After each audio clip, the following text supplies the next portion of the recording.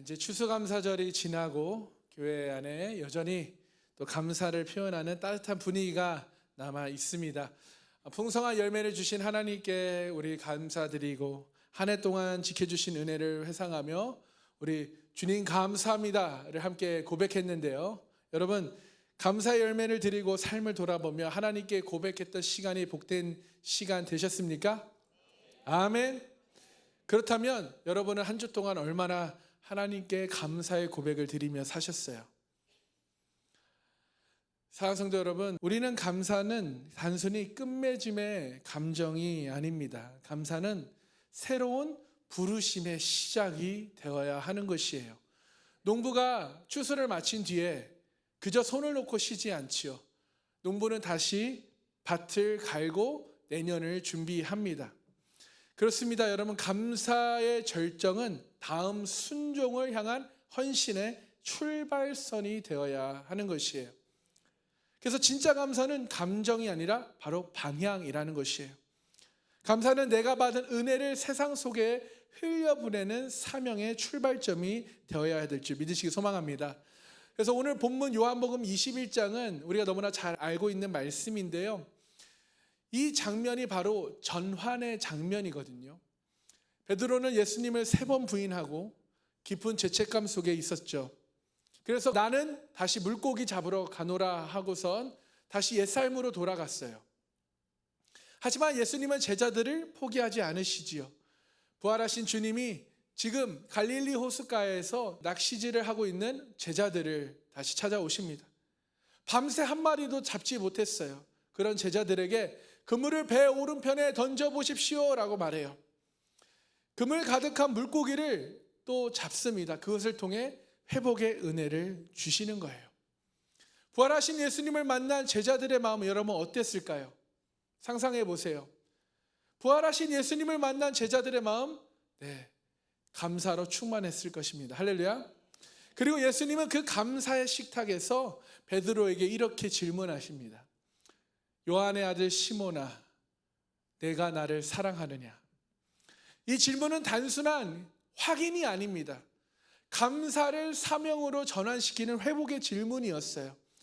그래서 오늘 말씀은 추수감사절 이후에 우리에게도 이렇게 동일하게 질문됩니다. 너는 받은 하나님의 은혜를 기억하느냐? 그렇다면 이제 그 감사에서 끝나지 않고 다시 사명의 자리에서 일어서라. 우리 모두 받은 은혜를 기억하며 다시 그 사명의 자리를 회복하시길 소망합니다. 자, 그래서 오늘 본문을 통해 감사에서 사명으로라는 제목으로 은혜를 나누겠는데요. 우리 첫 번째 함께 읽어볼까요? 시작. 감사는 예수님의 사랑을 받아들일 때 시작됩니다. 아멘.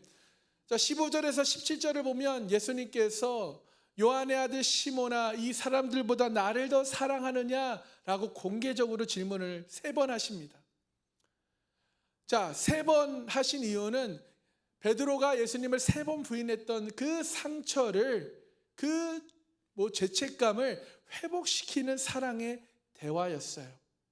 그런데 예수님께서 베드로야 라고 말씀하시지 않고 뭐라고 말씀하세요?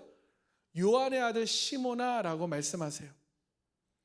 그를 베드로라고 부르지 않으십니다. 그 이유는 베드로가 실패 이전에 시몬의 자리로 돌아갔기 때문이죠.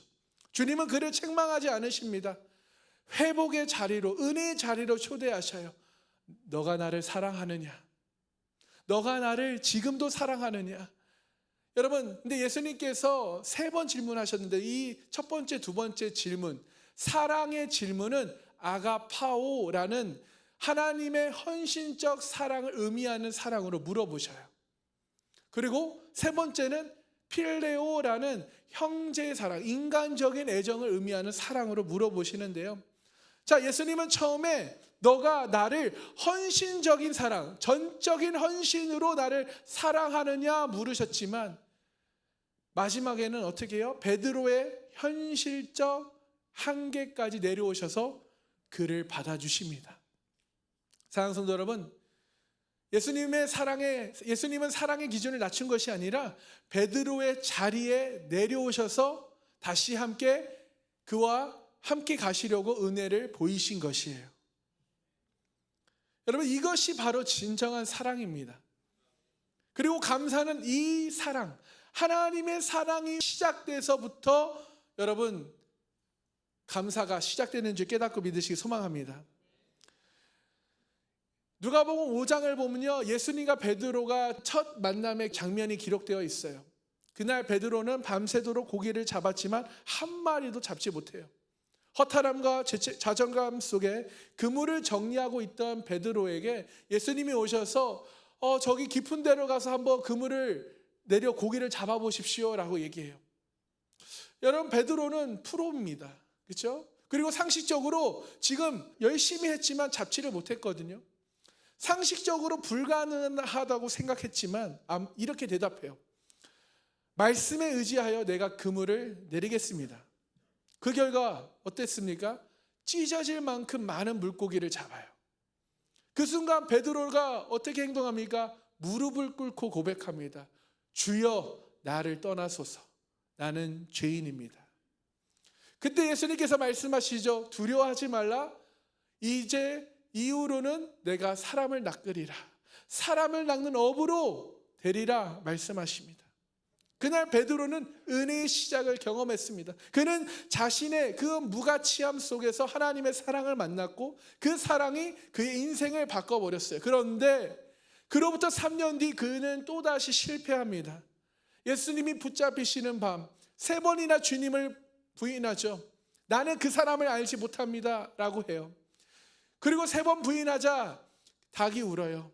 그리고 그 울음에 베드로는 밖에 나가 통곡합니다.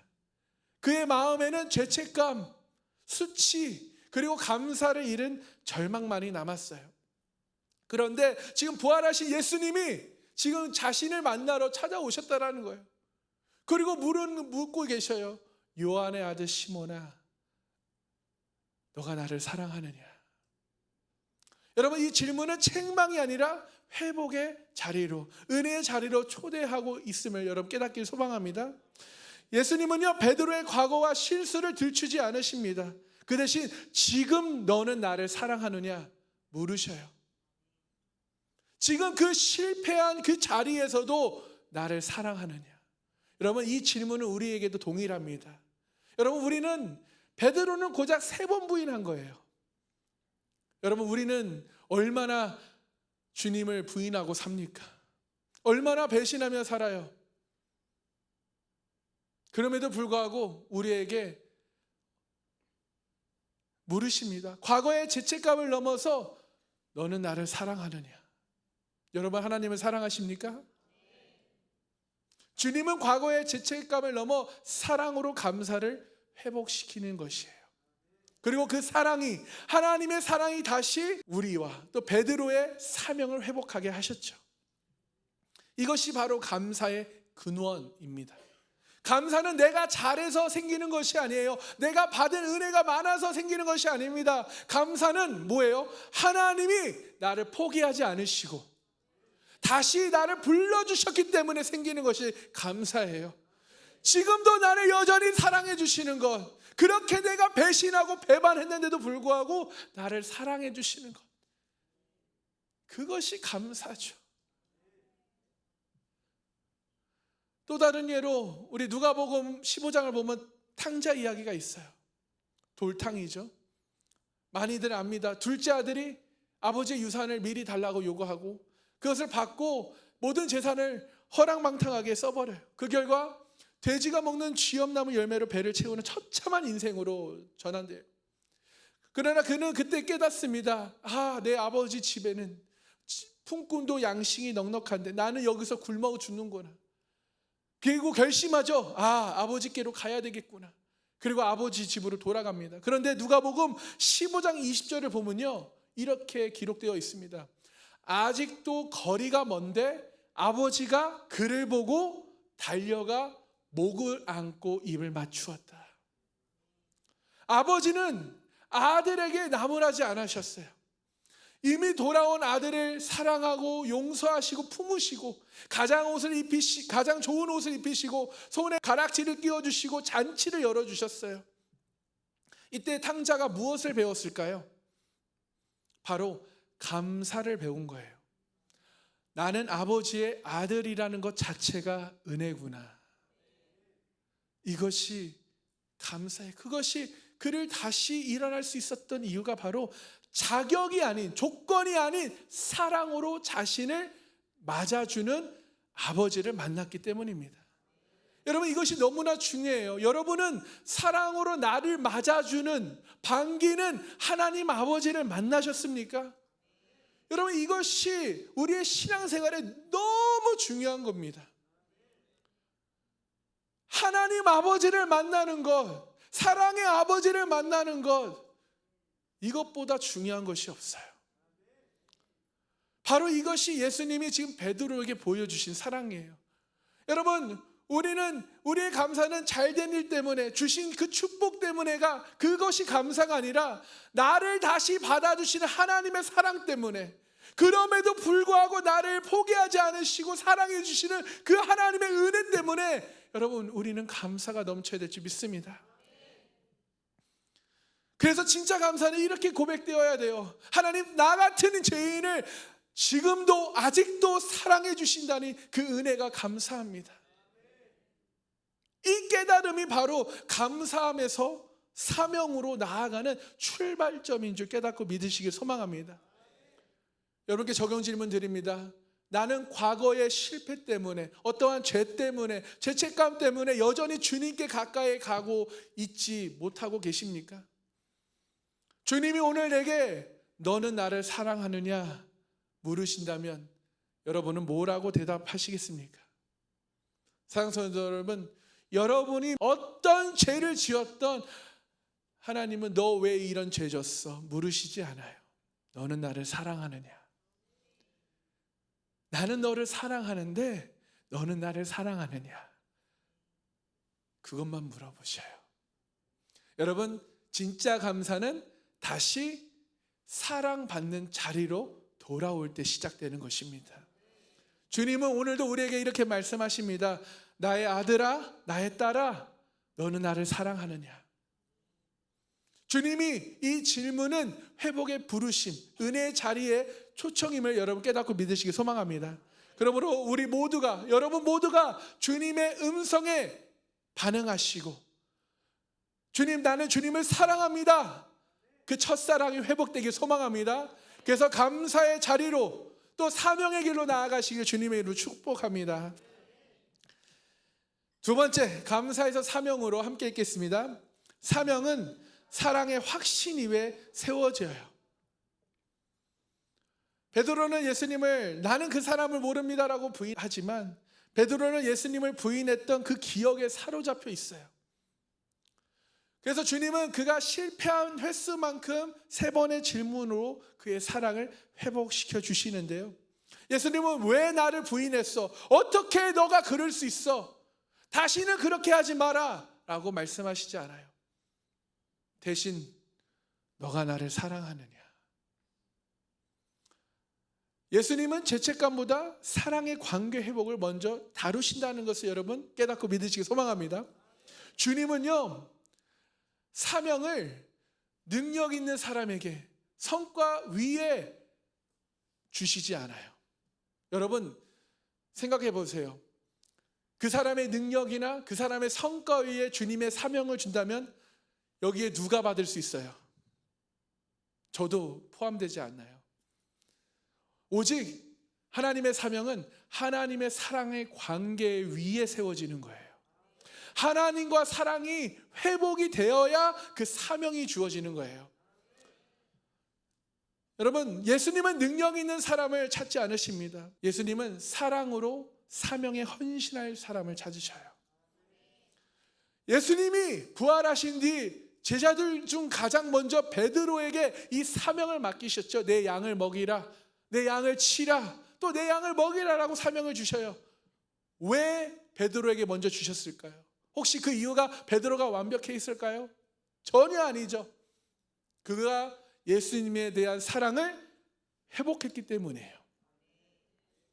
예수님이 하신 질문은요, 지식이나 능력의 질문이 아닙니다.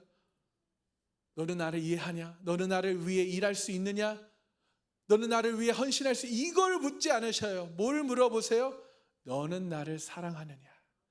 반복돼서 말씀하시는 거예요. 너가 내 사명을 받기 이전에 먼저 나를 사랑하느냐, 그 사랑의 관계가 회복되어야 우리에게 사명이 주어진다는 것입니다. 그러므로 여러분 걱정하지 마십시오. 여러분, 하나님과의 사랑이 회복돼야 여러분이 리더로서의 사명도 주어지는 것이에요.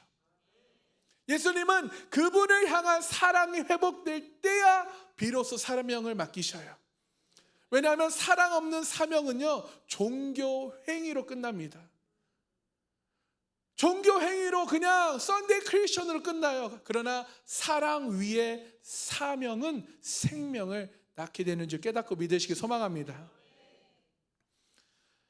그래서 예수님은 시몬아, 너는 나를 하나님처럼 헌신적으로 사랑하느냐 물으실 때 베드로는 주님, 내가 주님을 좋아합니다 라고 말하죠.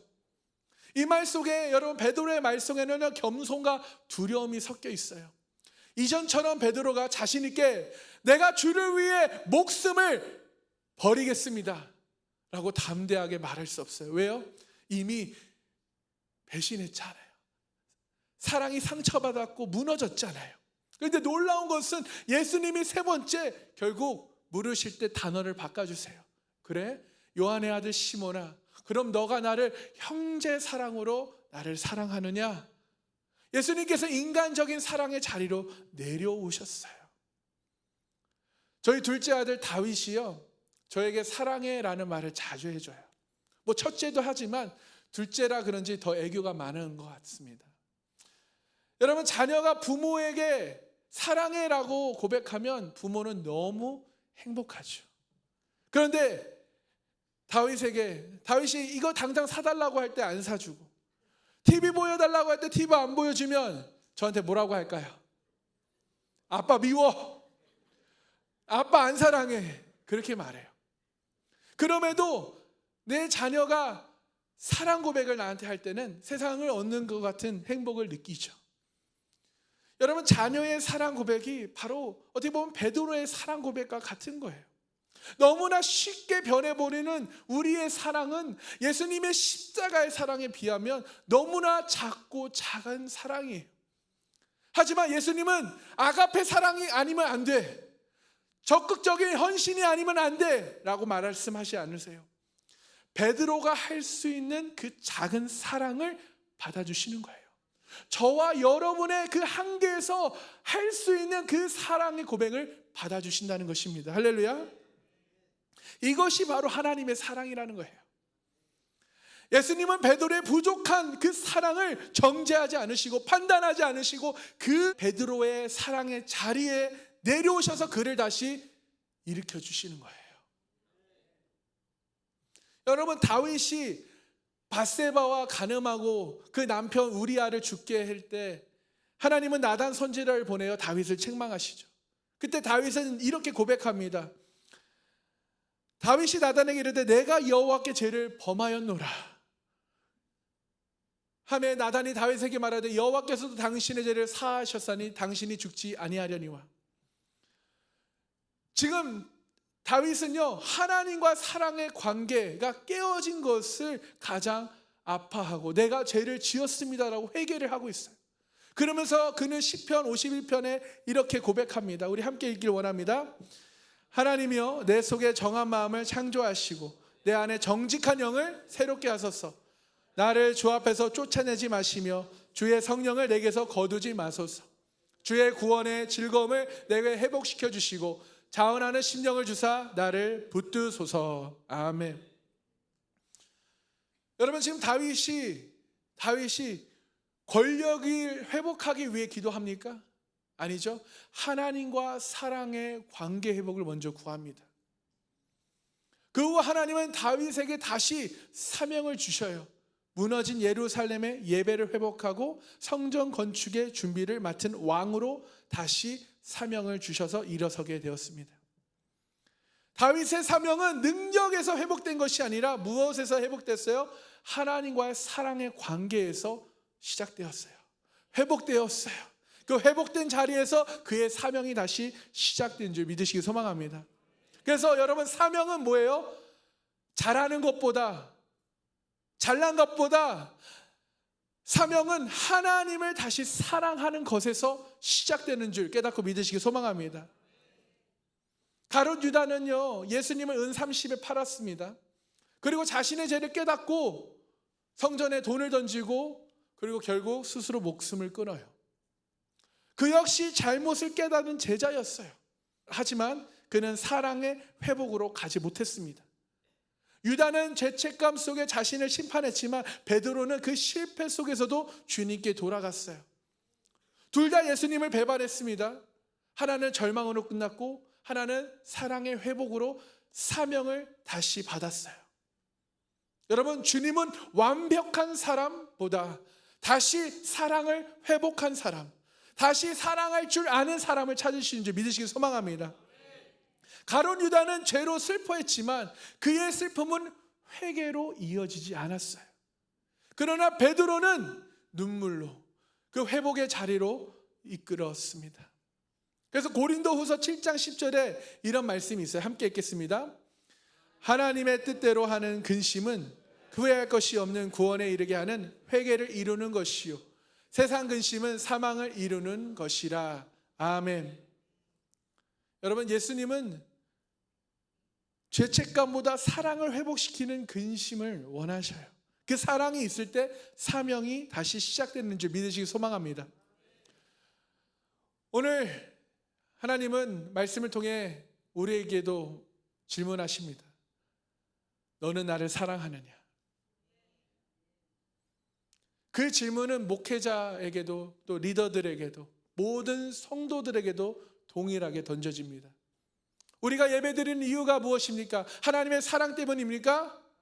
아멘. 우리가 섬기고 봉사하는 이유가 주님의 사랑 때문인가요? 여러분, 사랑이 사명의 뿌리가 되어야 하는 거예요.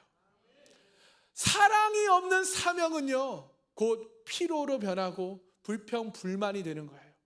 그러나 사랑이 있는 사명은 기쁨과 감사로 이어지는 줄 믿으시기 소망합니다. 그렇다면 여러분께 적용 질문 드립니다. 내가 지금 감당하고 있는 사명, 그것이 하나님과 사랑의 관계 위에 세워져 있습니까? 혹시 내 봉사와 섬김, 그것이 기쁨이 사라졌다면 혹시 하나님과 사랑의 관계가 식은 것은 아닌가요? 여러분, 이 질문에 한번 답해 보시고 우리 셀 모임 시간에 잘 나눠보시기 소망합니다.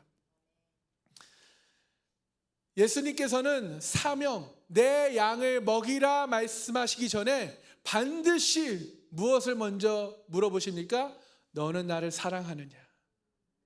주님은 우리를 사랑하시는데 너는 나를 사랑하느냐? 물으셔요.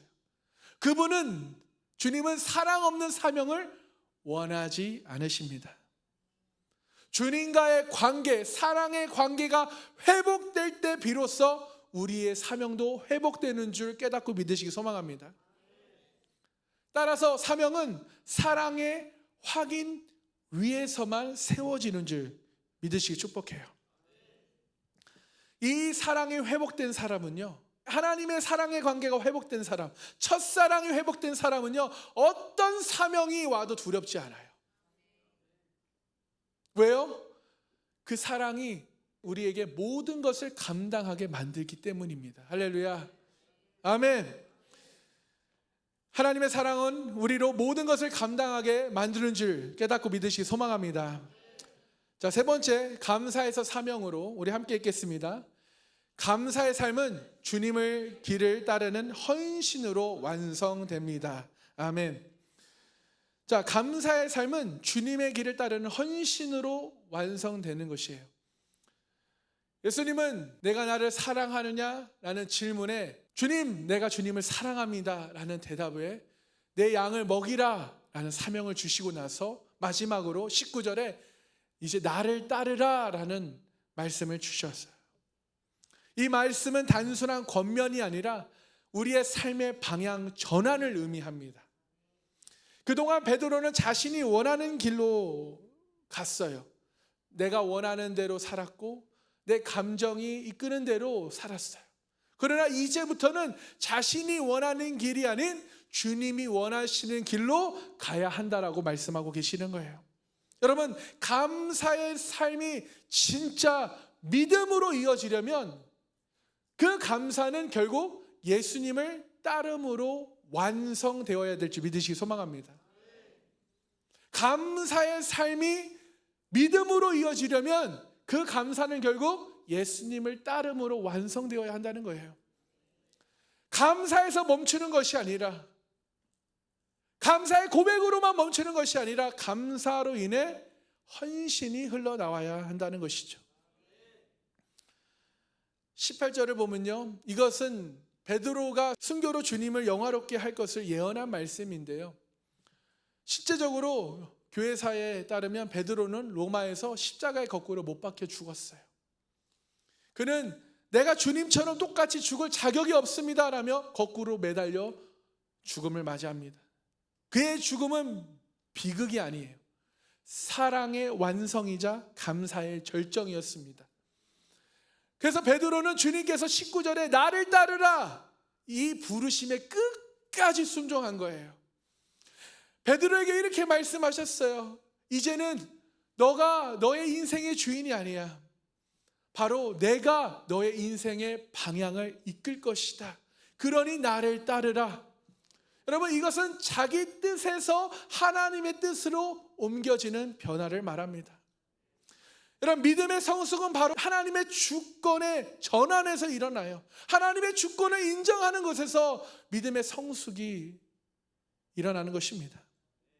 여러분, 진짜 여러분이 하나님께 감사한다면, 여러분이 진짜 하나님께 감사한다면 그 감사는 내가 원하는 길이 아니라 주님이 원하시는 길을 따르는 결단으로, 헌신으로 이어져야 한다는 것이에요. 그런데 우리는 너무나 쉽게 하나님께 감사한다 하면서, 하나님을 사랑한다 하면서 너무 내가 원하는 대로 살고 있지 않아요? 내가 하고 싶은 거, 내가 끌리는 대로 여러분 살고 있지는 않습니까? 아무리 하나님의 말씀이 선포되지만 그 교회를 밖에 문을 나간 순간, 집에 가는 순간 다시 그 옛사람의 모습을 버리지 못하고 그 옛사람의 모습으로 돌아가고 있지는 않아요? 여러분, 진짜 여러분이 하나님께 감사한다면, 하나님의 은혜가 감사한다면 그 감사는 내가 원하는 길이 아니라 주님이 원하시는 길을 따르는 결단으로 이어지기를 소망합니다. 창세기 22장을 보면 아브라함은 정말 오랜 세월 동안 기다려서 얻은 그 이삭을, 약속의 아들 이삭을요, 하나님께서 번제물로 드리라 말씀하셔요. 인간적으로요, 아버지로서 이해가 될 수 없고 납득이 될 수 없는 명령이지요. 그러나 아브라함은 감사와 신뢰의 마음으로 순종합니다. 그래서 성경에는 다음날 아침 일찍 일어나 이삭을 데리고 모리아 산으로 향했다라고 기록되어 있어요. 여러분, 아브라함 손에 있는 그 칼 얼마나 무거웠을까요? 아무것도 모르고 아버지를 따르고 있는 이삭을 보며 그 마음이 얼마나 슬프고 찢어져 있을까요? 그러나 아브라함은 믿었어요. 무엇을요? 하나님은 약속의 하나님이시다. 하나님은 신실하시다. 그래서 그 길이 두렵고 원치 않는 길이지만 끝까지 순종합니다.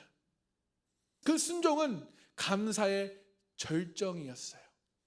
그 결과 하나님은 그 아브라함의 믿음을 보고 이렇게 말씀하십니다. 창세기 22장 12절에 너가 나를 경외하는 줄 이제야 아노라. 그 헌신, 그 순종을 보시고 너가 나를 경외하는 줄 이제야 아노라. 그러면서 22장 18절에 내 시로 말미암아 천하 만민이 복을 얻으리니. 아브라함의 헌신은 단순한 순종이 아니에요. 감사로 시작된 사명의 완성이었습니다. 그의 삶은 감사에서 사명으로, 또 사명에서 헌신으로 이어지는 믿음의 여정이었어요. 여러분, 우리에게 가장 위대한 헌신의 본은 바로 예수님이시죠. 사도 바울은 빌립보서 2장 6절에서 8절 이렇게 기록합니다. 함께 읽겠습니다. 그는 근본 하나님의 본체시나 하나님과 동등됨을 취할 것으로 여기지 아니하시고 오히려 자기를 비워 종의 형체를 가지사 사람들과 같이 되셨고 사람의 모양으로 나타나사 자기를 낮추시고 죽기까지 복종하셨으니 곧 십자가에 죽으심이라. 아멘. 여러분, 예수님의 헌신은 뭐예요? 하늘 영광 버리시고 하늘 보좌 다 버리시고 감사의 사랑으로 이 땅에 인간의 모습으로 오신 것이에요. 그래서 예수님께서 요한복음 15장 13절에 이렇게 말씀하십니다. 사람이 친구를 위해서 자기 목숨을 버리면 이보다 더 큰 사랑이 없다. 사람이 친구를 위하여 자기 목숨을 버리면 이보다 더 큰 사랑이 없다라고 말씀하셔요. 그리고 예수님은 그 사랑을 행동으로 증명하셨습니다. 여러분, 감사의 사랑이 결국 구원의 십자가로 완성된 줄 깨닫고 믿으시기 소망합니다. 여러분께 적용 질문 드립니다. 나는 지금 내가 원하는 길을 걷고 있나요? 아니면 주님이 원하시는 길을 가고 있나요? 주님께서 오늘 내게 나를 따르라 말씀하신다면 나는 그 부르심 앞에 무엇을 내려놓아야 합니까? 여러분, 이것을 또 셀 모임 가운데 우리 함께 나누길 원합니다. 사랑하는 성도 여러분, 감사는 단지 감정이 아니에요. 감사는 사명을 낳고 또 그 사명은 헌신으로 완성되는 것입니다. 예수님은 베드로를 통해 우리 모두에게 말씀하십니다. 너는 나를 사랑하니? 나는 너를 사랑하는데 너는 나를 사랑하니? 내 주님, 내가 주님을 사랑합니다 라고 고백되길 소망합니다. 그때 주님께서는 그럼 내 양을 먹여라 라고 사명을 주셔요. 그리고 나를 따르라 라고 말씀하시죠. 우리가 주님을 향한 사랑의 고백을 드릴 때 주님은 우리의 삶을 사명으로 이끄십니다. 그리고 그 사명은 결국 감사의 헌신으로 완성되는 줄 깨닫고 믿으시기를 주님의 이름으로 축복합니다. 말씀을 좀 마무리하겠습니다. 사랑하는 성도 여러분, 오늘 우리는 베드로의 이야기를 통해 감사에서 사명이라는 말씀 제목으로 함께 나누었는데요. 예수님을 3번 부인했던 베드로, 그러나 부활하신 예수님이 그를 다시 찾아오셨어요. 그리고 물으십니다. 요한의 아들 시몬아, 너가 나를 사랑하느냐? 이 질문은 단순히 과거의 실패를 묻는 것이 아니라 미래의 사명으로 초대하시는 주님의 음성으로 들리시고 깨닫기를 소망합니다. 지금도 주님은 주님을 부인하고 배신하고 있는 우리에게 찾아오셔요. 지금도 여러분들에게 말씀하십니다. 너는 나를 사랑하느냐? 그때 주님, 내가 주님을 사랑합니다 라고 고백하는 사람들에게 내 양을 먹이라, 이 한마디 속에 주님은 베드로의 사랑을 사명으로 바꾸시는 것이죠. 그리고 마지막으로 나를 따르라, 이 말씀은 감사의 완성은 헌신임을 보여줍니다. 여러분, 감사는 입술의 고백에서 시작됩니다. 그러나 그 감사가 그 삶의 방향을 바꾸는 결단으로 이어질 때, 입술로 고백은 되지만 그 감사가 삶의 방향을 바꾸는 결단으로 이어질 때 비로소 주님이 기뻐하시는 바로 예배자가 되는 것이에요.